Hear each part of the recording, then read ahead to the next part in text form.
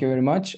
So thanks for listening to this talk. I'm Rasul Etasai from University of Illinois at Urbana-Champaign, and the title of this talk is Multi-Item Resource Allocation for Maximizing Social Welfare under Network Externalities. So let me give a brief introduction about what do I mean by network externalities. So externalities are the effect that one user of an item in a network system has on the item's value to other users, and they have huge impact on different resource allocation strategies and outcomes. And they appear in many types of networks, such as economic, cyber physical networks, and social networks. In fact, recently, due to an increase of network systems, the magnitude of such network externalities has been elevated to an entirely new level. So to be more specific and give some examples here, if you look at the left figure here, you can see allocation of network goods.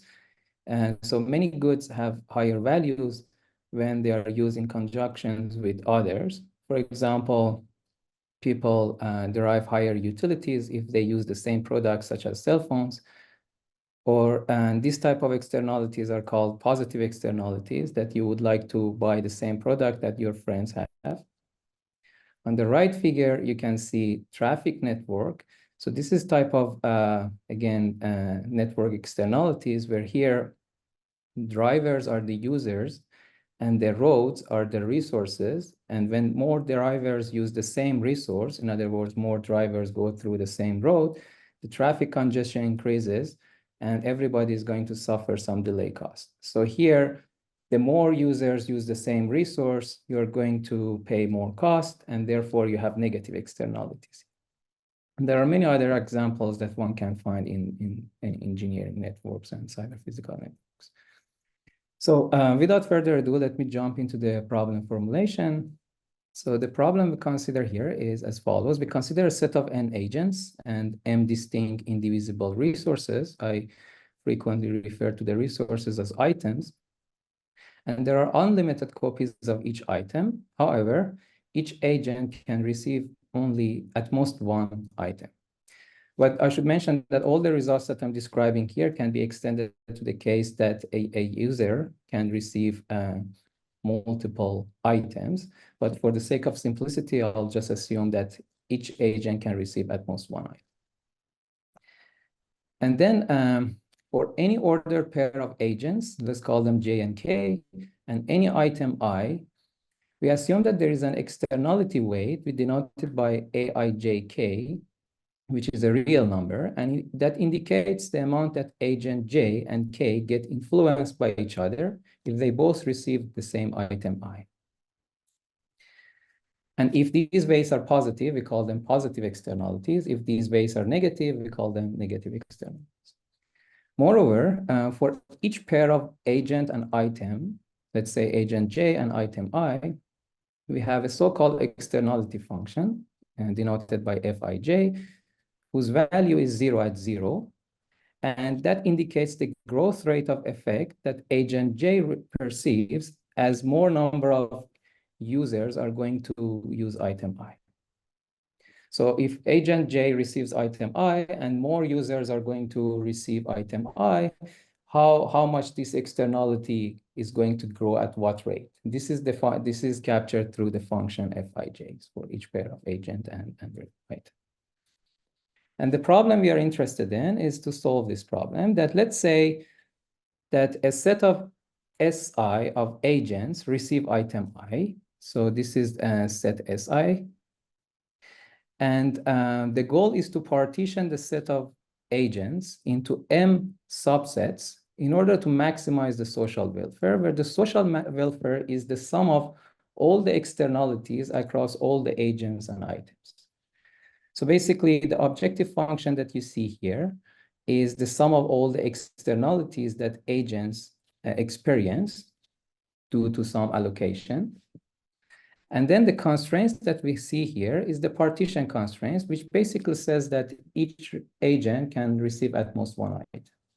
Okay, so this is the social welfare optimization problem. For short, I refer to it as MSW problem, maximizing social welfare. Okay. Great. So here is one simple numerical example. Here we have two resources, blue resource and the red resource. And then we have 6 agents denoted by these circles. So if you look at agent K is receiving the red resource, but not the blue resource. And the same for agent J, is receiving the red resource, but not the blue resource. Okay, and then when we have an arrow between two different agents, these weights are going to capture the externality weights. And here I'm not showing the externality functions just for the sake of simplicity, but just keep in mind that there is some externality functions on top of everything. Great. The combinatorial optimization problem that I described earlier can also be cast as an integer program formulation, which if you define a variable xji to be a binary variable whose value is 1, if we assign item I to agent j and 0 otherwise, then we can rewrite this previous optimization problem in terms of an integer program where the constraints are the partition constraints. The objective function is the total sum of externalities, and we have quadratic terms in the argument of these externality functions. And again, one can even write this program in a more compact form by defining a vector of variables of this form and then a set of functions for each item of this form. And the whole program can be written as a compact optimization problem, integer program of this. Good. So the goal is basically to solve this problem. This is an NPR problem. In fact, this problem is even hard to approximate within trivial factors if we consider very general externality functions. But our goal is to put several assumptions in order to be able to achieve some reasonable approximation algorithms.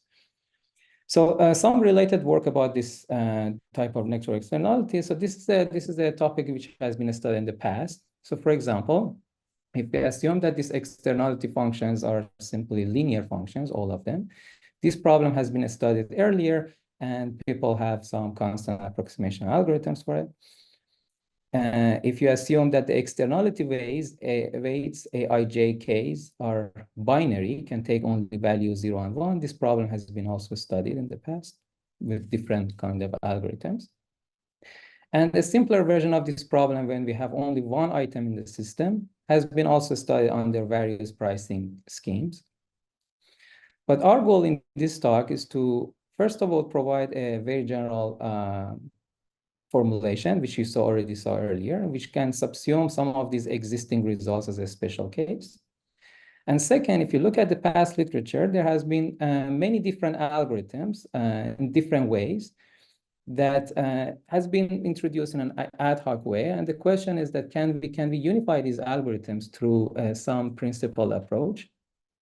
And we try to answer this question in a positive way. We show that under some mild assumptions, this can be posed as a submodular optimization, and then we can use a variety of tools to come up with simple approximation algorithms for them. So before I jump into the main results, let me put a couple of definitions and preliminaries here.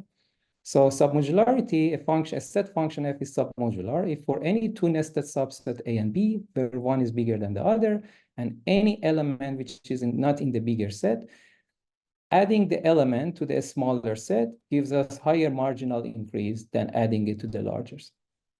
If the inequality is flipped around, we call it supermodular.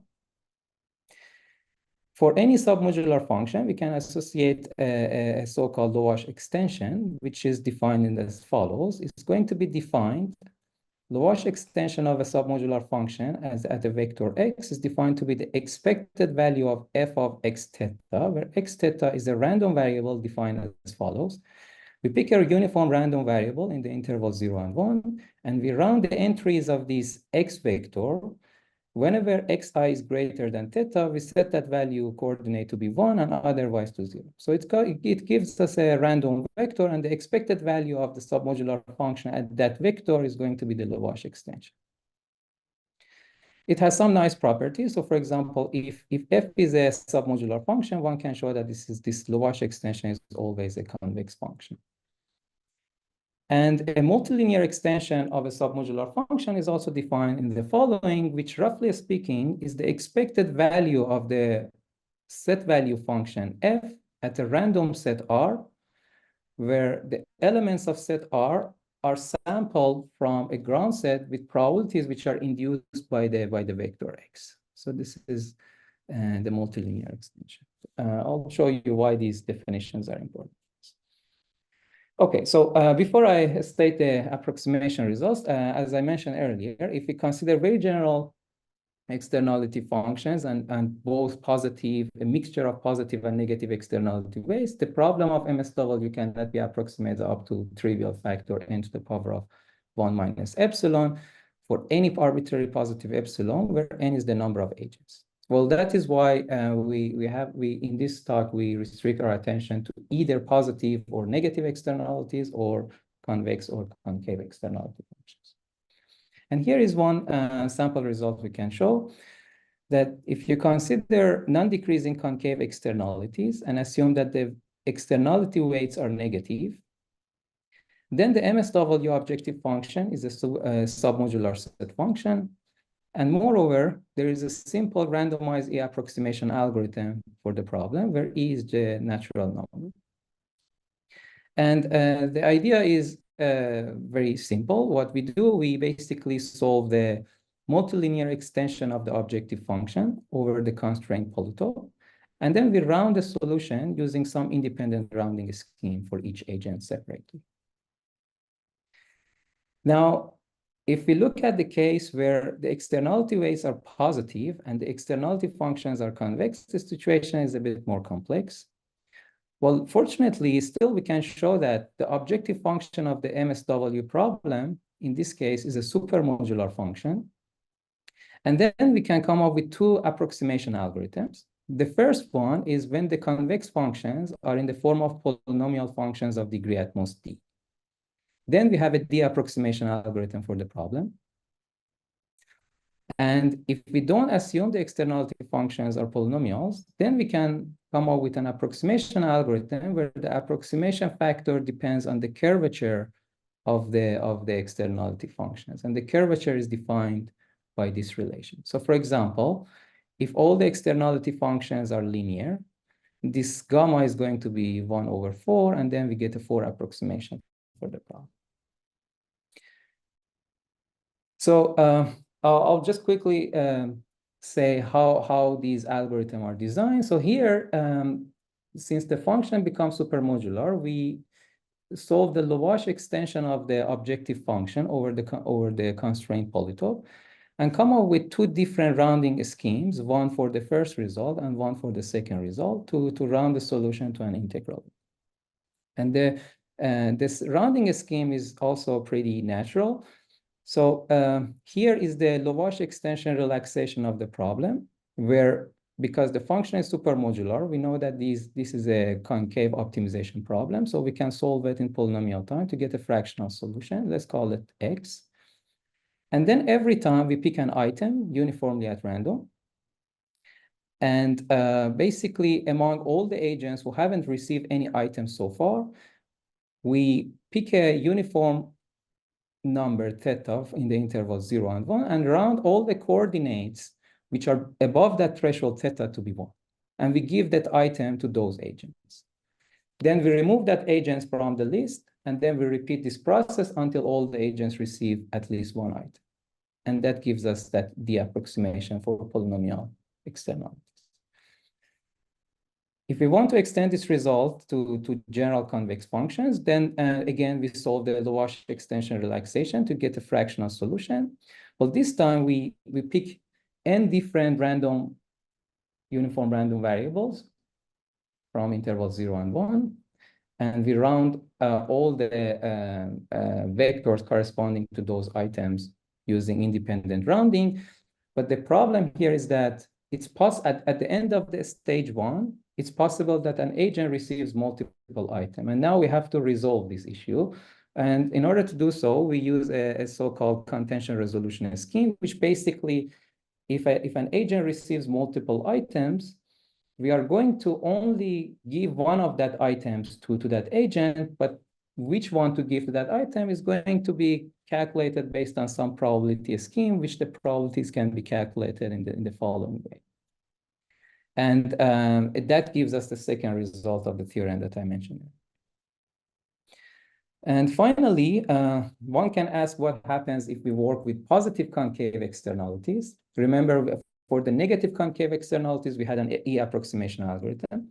But for positive concave externalities, unfortunately, we lose this submodular or supermodular property of the objective function. However, if we change the variables in a proper way, we can again bring it back to this type of submodular optimization problem. And this is one type of results that one can show here, that if we work with positive concave externalities, we can get a 4-beta approximation algorithm, where beta again captures the curvature of the externality functions, and it's defined in this way. So again, for the case of linear functions, if all these Fij's are linear, this beta is going to be simply 1, and we get a 4 approximation algorithm, which is consistent with the previous result. So the more concave these functions are, the more we are going to lose in the approximation factor. It's not clear to us whether this curvature-dependent approximation is necessary or not. In fact, we don't have matching lower bound, but it's very likely that for general concave functions, there is no constant approximation for the problem. Here is one simple numerical example. So we take the externality functions to be polynomials of degree 2 and 3, and the coefficients are uniformly sampled from intervals 0 and 1. The red curve here is the optimal solution for the integer program, and the red curve and the blue curve are the values obtained from the KT rounding and the contention resolution scheme. So as you can see, the gap between the optimal solution and the red and blue curves lies within a factor of 2 and 3, which is consistent with the results that we have. So in conclusion, we studied multi-item social welfare optimization problem subject to externalities. The problem often can be cast as a submodular or supermodular optimization problem. And we used convex programming and various randomized rounding techniques to devise approximation algorithms for the problem. So several future directions, one can extend our results by incorporating extra constraint. In fact, right now we are just using partition constraint, which is a special case of a partition matroid. Some of our results we show that can be extended to general matroid constraints, but for the others, we don't have any such result yet. The next question is, how can we improve these approximation factors, or is there a matching lower bound for them? We don't know for some of the problems. And finally, extending our results to include broader class of externality functions is an interesting research problem. So I guess that's all what I have, and thank you for your attention.